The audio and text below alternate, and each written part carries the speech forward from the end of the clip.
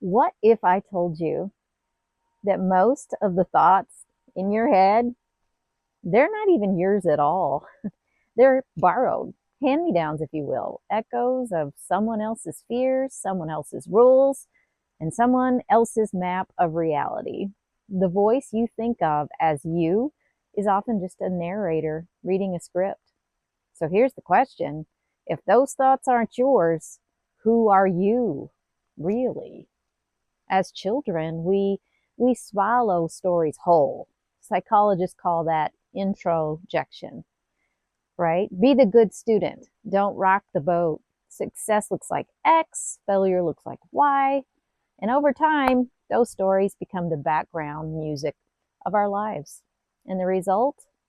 At midlife, some of us wake up in a career, a marriage, or just a way of being that just feels off. Looks fine on paper, but on inside, it feels like we're living somebody else's life. Depth psychology says we mistake persona, that mask that we wear for approval, for self, like our true essence. Esoteric traditions, they go further. They say these stories are energetic imprints, not just ideas, but actual frequencies that bind us until we choose otherwise. So enter philosophy and the hard problem of consciousness.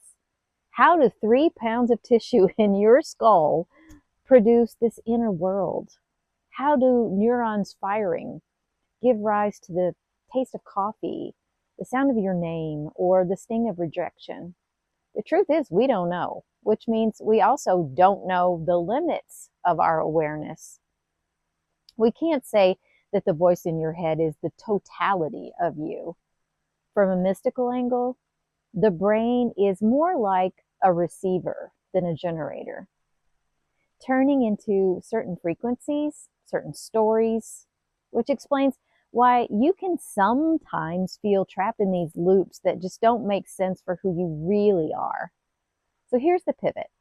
When you see thoughts not as you, but as stories that are just moving through you, everything changes.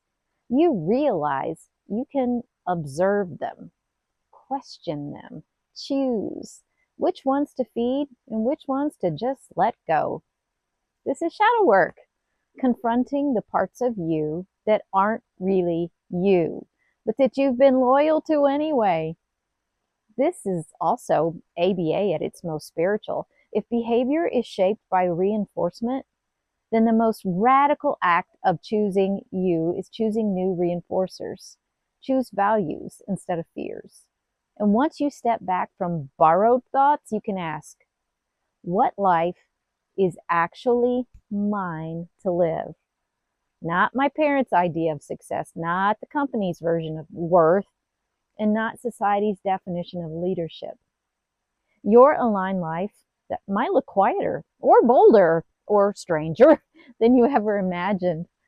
The esoteric truth: alignment isn't about becoming someone new. It's about remembering the self that was always there beneath the noise. Consciousness, when freed from conditioning, naturally expresses as creativity, love, clarity, and presence.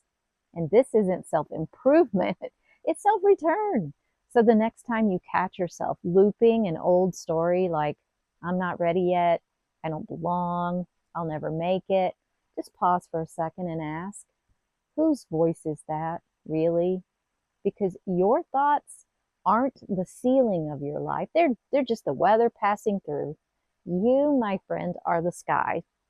And once you see that, you can stop living somebody else's story and start designing the life that was always meant for you.